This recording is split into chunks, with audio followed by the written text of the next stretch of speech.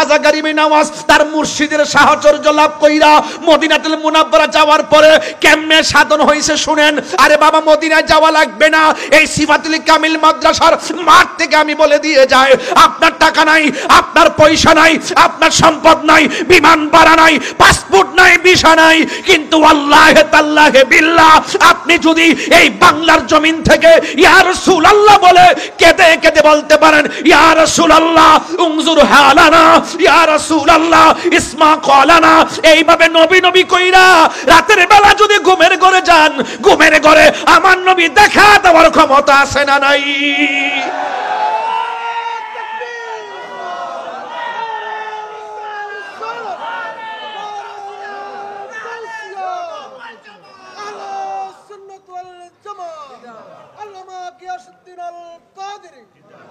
সকলে বলি আল্লাহু আকবার, আর জোরে আল্লাহু আকবার। ওই মদিনা যাইতে চান কি চান না?